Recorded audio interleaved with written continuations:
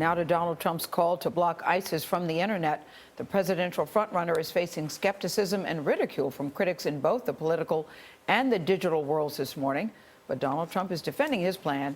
Here's what he said in Tuesday night's debate in Las Vegas. But we should be using our brilliant people, our most brilliant minds, to figure a way that ISIS cannot use the internet. Let me follow up, Mr. Trump.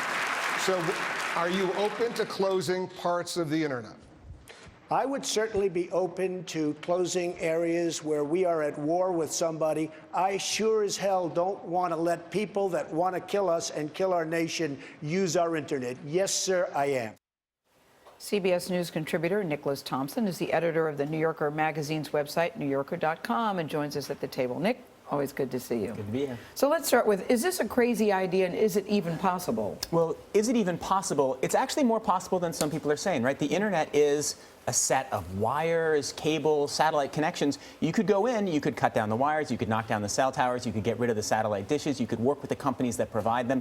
You could actually do a lot of what Trump is saying. You wouldn't stop ISIS recruiting because a lot of it happens outside of Syria. But if you wanted to wall that part of Syria and Iraq off from the internet, there's a lot you can do. So it's not a crazy idea? Well, it's not a crazy idea technologically. It's a crazy idea if you actually want to hurt ISIS, right? The tradition of American foreign policy and what generally works is that in oppressed areas, you give them more information, right? So if you shut down the internet in, say, northern Syria, you may shut it down and make it harder for ISIS to communicate, but you don't totally stop them because they can smuggle out little USBs and upload them from Saudi Arabia.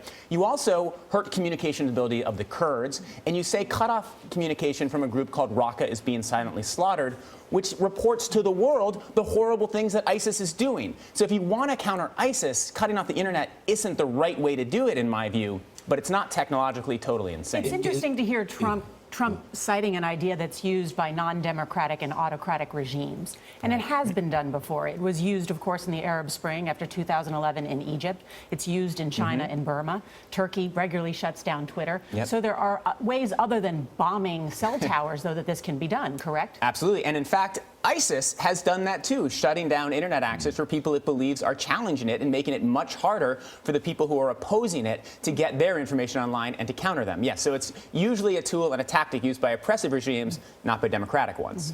Is it possible that the internet is good for us, that they're using the internet so that we can somehow try to follow them, even though they use encrypted apps? Yes, right. So the other thing that Trump said is that we need to counter them. So what you could actually want is hope that they are online, and we have our smartest and our best minds following them, tracking them, and countering their propaganda.